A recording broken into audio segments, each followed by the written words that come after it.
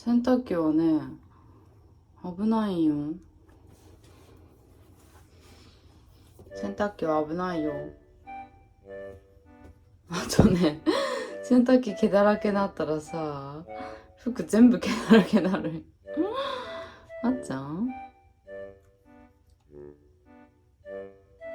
同じ丸やけそれにして。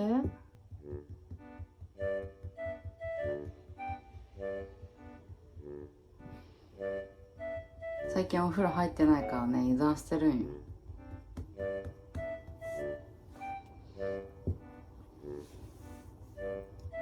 ルンルンがね、お風呂上がるの待っててくれるよね、たまちゃん、ここでね。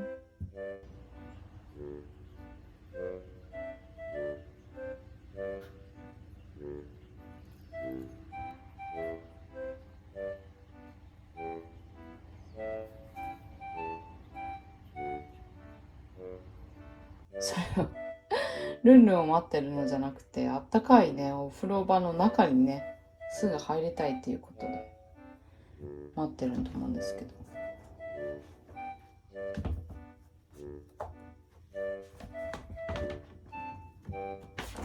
ちょっとどうした？急にどうした？